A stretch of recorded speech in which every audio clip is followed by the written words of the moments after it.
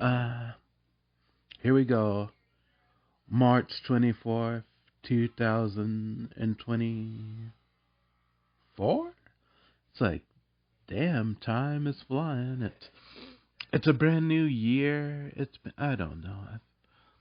I felt kind of funky the past for a couple of months. Haven't been doing many videos, but I'm gonna take a crack at it, you know.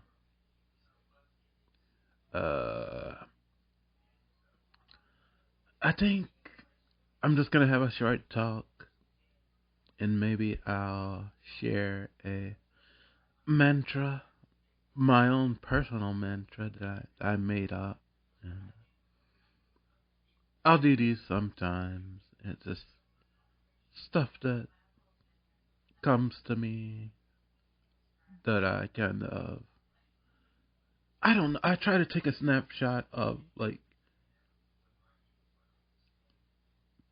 things that kind of inspired me or things that I have an interest in, and try to make a mantra for them. When I was in my 20s, like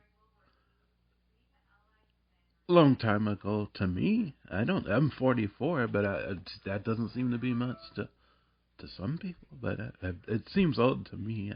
I'm looking at myself and I'm like, gee, I'm old. Even the people that I thought were young at the time, it's like, dude, they're old. But in any case, I don't know how this is coming in on the microphone, but I guess we'll see. In any case, what I was going to talk about is I like I guess it's kind of weird for being in Alabama, but for a long time I've liked anime, and because of anime and Napster, uh, I stumbled into liking visual K, which is a kind of genre of music, is rock in Japan, and I don't know, it's like a lot of like forms of music. It's it's there's kind of like the golden age, and then things kind of decline. And to me, it's like things are kind of declining, but that's just because I like the kind of like late '90s, early 2000s stuff. It was like really good, and then it just got even better, and then now it's kind of like it's not bad, but it's like what it's really like is it's kind of like the anime industry in a way. It's like there's so much stuff out there, and good things just get lost.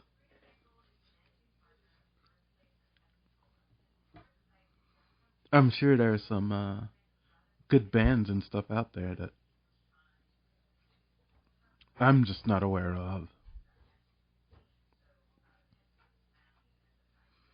But I don't know. I've just been kind of going over stuff for the past couple of months. Recently, I've been watching a lot of old videos of Elizabeth Clare Prophet, which was I don't. She was the leader of that Summit Lighthouse group, and I know everyone has a. She was on Coast to Coast one night, and they were like, they talked about a lot of stuff, and it's like the phone calls. They were like just slamming her hard, man. Oh, you're the scum of the earth, Elizabeth. But it's like, I think she died like about 10 years ago, but I never joined the group, you know. I'm sure, most people would consider it a cult or something. But it used to be like her and her husband, I think, that founded the thing, and they were. I think she was born in like born in the 50s and died in like 2000 and something with Alzheimer's. So it's like she went for a long time, you know. But their group, it's I don't know. It's they have a bunch of wacky beliefs and stuff.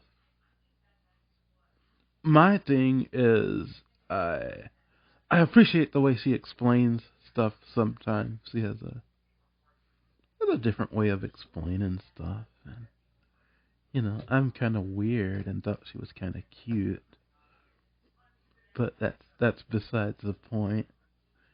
I I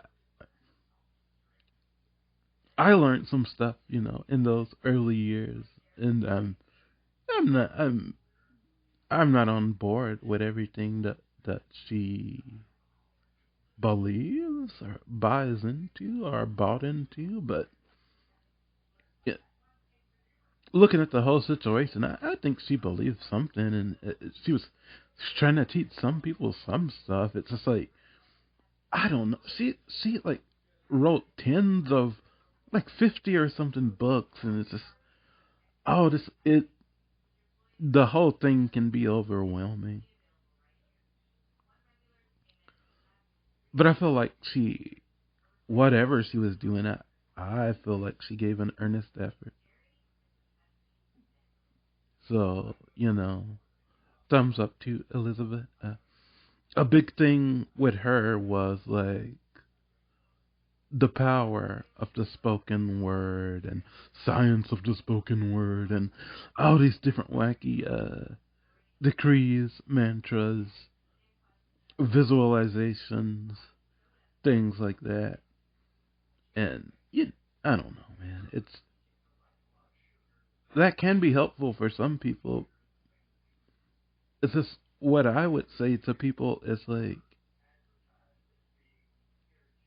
I saw a YouTube once from this paraplegic guy talking about meditation, and what he says is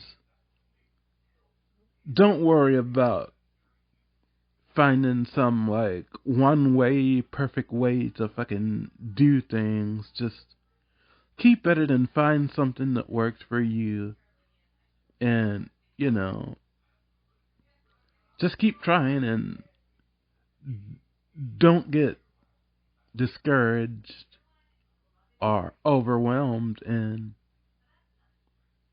keep an open mind. But I'm I'm grateful I ran into that Elizabeth Clark Prophet stuff in the material, cause it it taught me some Buddhist stuff and some mantras and different just mindsets of looking at stuff. And hey, was she some sort of a perfect person? No, she's like a lady with like I don't 3 or 4 kids, trying to run a international outfit like that for I don't know how many years with different groups of people that hated her guts. So, whatever the case, I I think she did a good job at life. I mean, I don't think she got anyone killed or you know, I you know, I don't think she like was trying to get like $1 billion like some of these people like Maharishi and all these kind of people, you know. But anyways, I guess what I'm trying to say is it helped, and you just keep looking around and be open to the possibility of change and growth, and you can find it in the strangest places.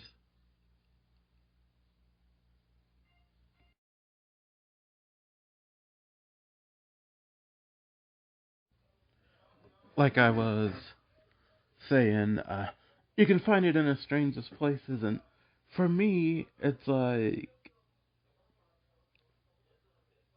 I had a difficulty for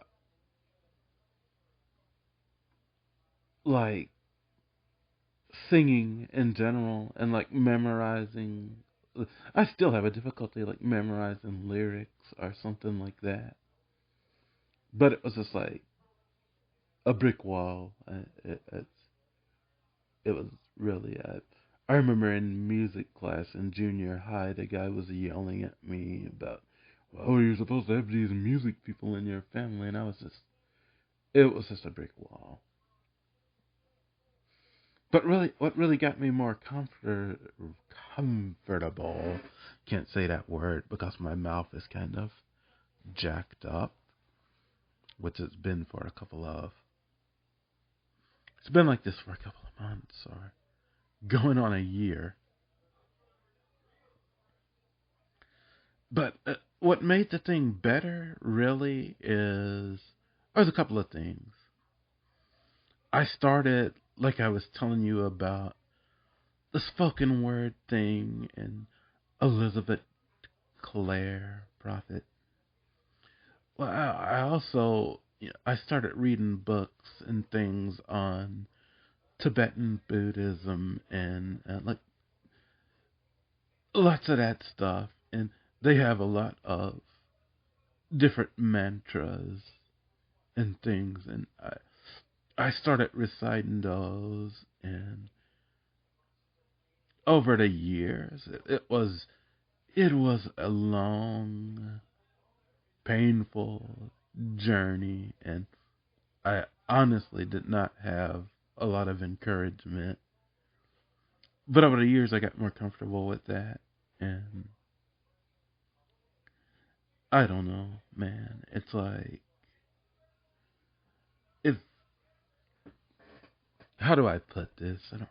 I don't want to feel like I'm slamming people, but it's like if you do something and you find you have an affinity for it, and it over time things start to make more sense. You know, sometimes the best thing you can do, even if it's a painful, long, crappy road, is stick on that road that you have a passion for, and just hey, people, either the people in your life will give up on fixing you, they'll make things miserable for you, and eventually they'll eventually the situation will sort itself out one way or the other. But it's like people have it in their head, like, hey, you should be doing this, especially if it's a family situation growing up in the South. It's like Johnny's a shoemaker and he's gonna make wooden shoes, and if Johnny like if Johnny doesn't have a passion for making wooden shoes, it's you're not gonna chastise him into having a passion for making wooden shoes. And it's like sometimes the case is like he can make wooden shoes and they'll be decent shoes, but he's just not having a good time with it. Sometimes the case is like you get in there and you make those damned wooden shoes, or you're a horrible person. Then you grow to just despise the wooden shoes in general, and that becomes an issue where I don't know, it becomes a wedge between you and the people you care about, and it takes both parties to work on that. But I don't know. I've been listening to going back to Visual K. I've been listening to that for like I don't 20 something years, and it all started because my girl lady friend, let's say, girlfriend. Let's just have it out.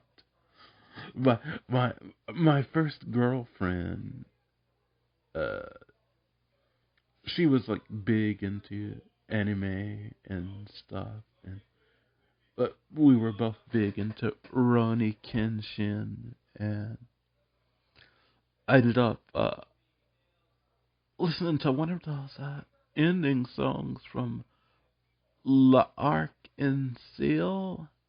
And I liked it, so I went on Napster and I started getting more of their music, and I really ended up liking them over the years. And like eventually I'll say, even with his solo work, Hyde probably is my favorite musician, hands down. I enjoyed his stuff, and I don't know. He had Larkin still had a song in that first Final Fantasy movie, and at the end of that, and I think they had a song in one of the, it's like late '90s Godzilla movies that was in the U.S. But I don't. They just, I guess they tried them in the, to make it to the U.S., but they hit that big brick wall that everybody makes outside of the U.S. It's just boom. There you go. You stay there. I think it's ironic that it seems like some Korean musicians have they've done well in the States, and sometimes I wonder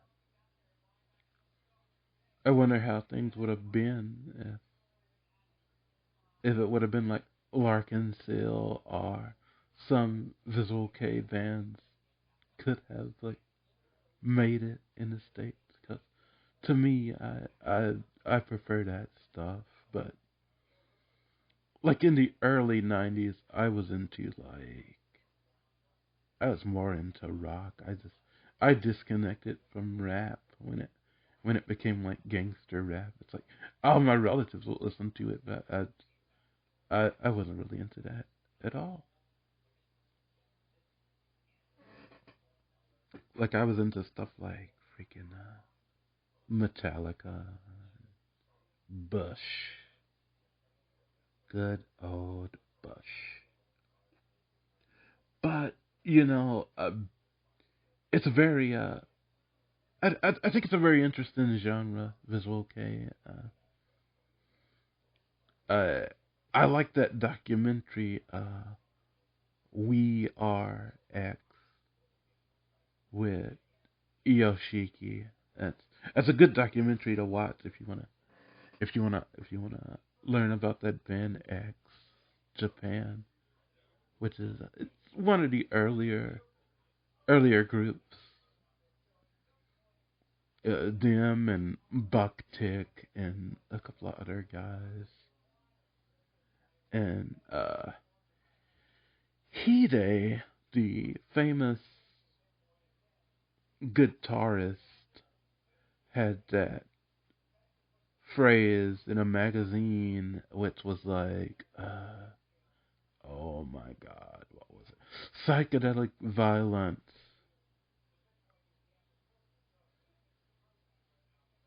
crime of visual shock, or something like that. Or was it shock of visual crime? I don't know, but that's a very popular quote, and that's kind of where the term visual K came from that. But no, I feel it's a good genre, but I don't know. Everybody acts like I'm just, I don't know. They don't, either you get it. Hey, if you actually listen to the stuff, you get it. It's like I'm sure there's a bunch of YouTubes where it's like let's watch and reaction videos. That's what I'm thinking of. I'm sure there's lots of that going on.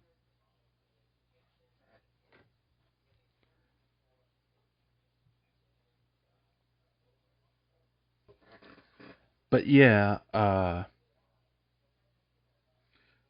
visual K, Tibetan Buddhism, uh, Zen, dhyana, Zen in general, uh, and good old Elizabeth Clare Prophet. Those are some of the things that I guess they influence the art I try to create. And also, the uh, late adult film actress Stephanie Green, and the late David Bowie, and like a few other people and things influence the stuff that I try to create. I don't know. Maybe somebody out there likes it. Shit, I like it, and I, it's like I feel like I have something to say at this point in my life, and I don't know if I'll get the point across, but it's I'm damn sure gonna try as long as I have the ability to at this point in my life.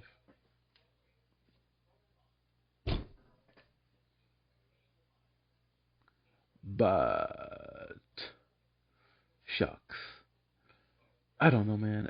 It's like it's it's hard sometimes, But everybody has a hard time, It's my second ex had a real hard time in her 20s, and 20s are like it's a rough time growing up. It's teens are rough too, but if you had like a really crappy teenage life where you didn't have many friends and like you didn't have a lot of people really interested in you, like what you were doing or support, really, then that'll make the 20s even worse. But you can make it through it, and you have to have an open heart and an open mind, and be willing to listen to people, and be willing to try to resist the magnetics of the emotional body, is what I would say. And I know that sounds new agey or weird, but that's the reality. That's the reality I have faced for years, and it is possible. And it's like that stuff begins to dissipate in time, but you're always going to have outside forces trying to, it's not like they're setting out to do it. That's why I like that whole idea of magnetics, because it's just like something that naturally happens. It's like the shoemaker thing. It's like there, there isn't any malice.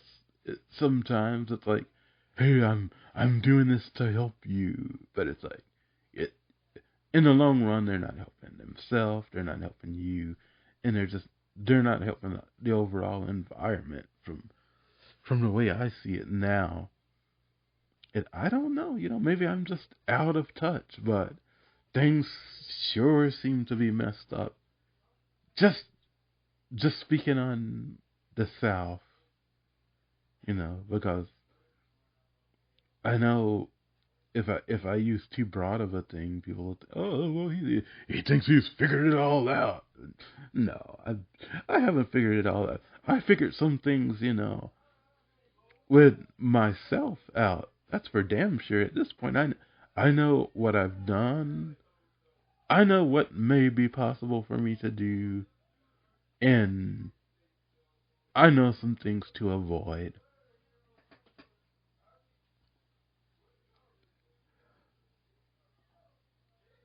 But uh, I think what I'm gonna do now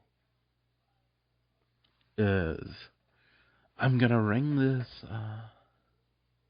If I can actually reach out. If I can actually find the thing.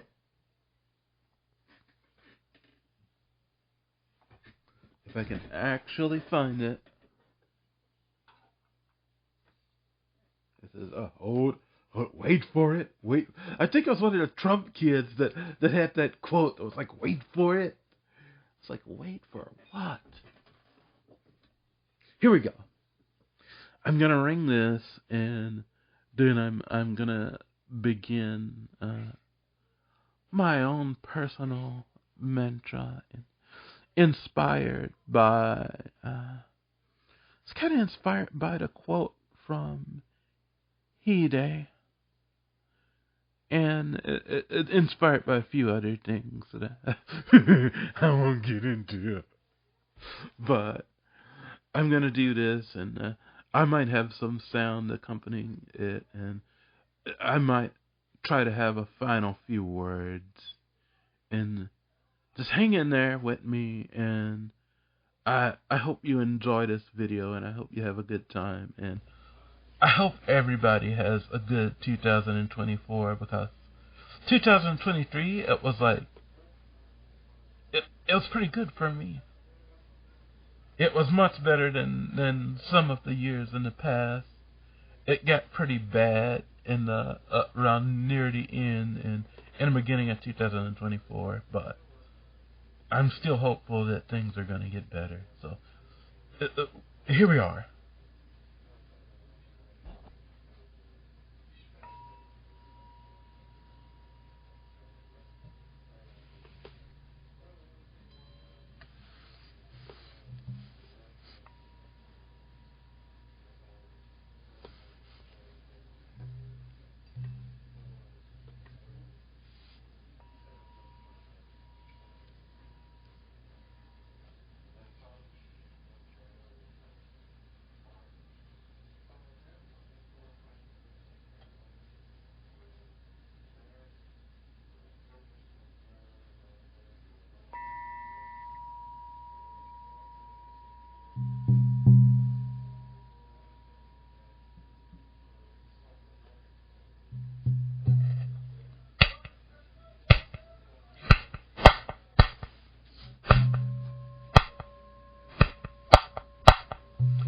Psychedelic violence, a reality of order in a fractured mind.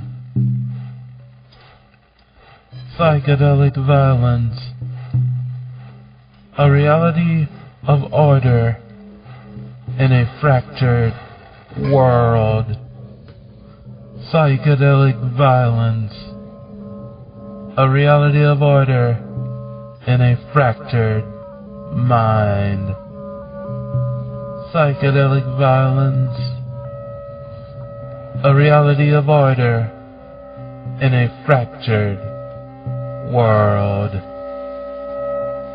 Psychedelic violence, a reality of order in a fractured mind. Psychedelic violence, a reality of order in a fractured world. Psychedelic violence, a reality of order in a fractured mind. Psychedelic violence, a reality of order in a fractured world. Psychedelic violence, a reality of order in a fractured mind. Psychedelic violence, a reality of order in a fractured world. Psychedelic violence, a reality of order in a fractured mind. Psychedelic violence, a reality of order in a fractured world. Psychedelic violence, a reality of order in a fractured mind. Psychedelic violence, a reality of order in a fractured world. Psychedelic violence, a reality of order in a fractured mind. Psychedelic violence, a reality of order in a fractured world. Psychedelic violence, a reality of order in a fractured mind. Psychedelic violence, a reality of order in a fractured world. Psychedelic violence, a reality of order in a fractured mind. Psychedelic violence, a reality of order in a fractured world. Psychedelic violence, a reality of order in a fractured mind. Psychedelic violence, a reality of order in a fractured world.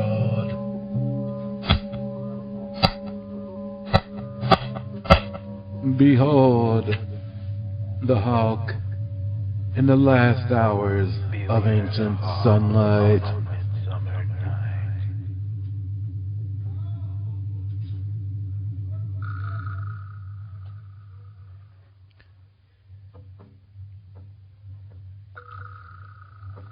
You know,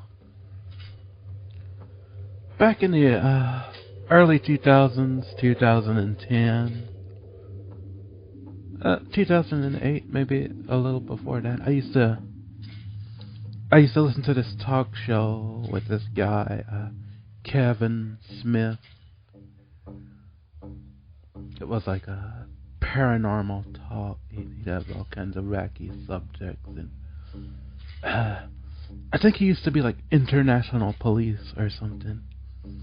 And once he said, like, the most powerful magical word in the English language is no. And I just want to end this thing by just saying, that's something to consider, people. That's a right you can exercise till the day you die. Just say no.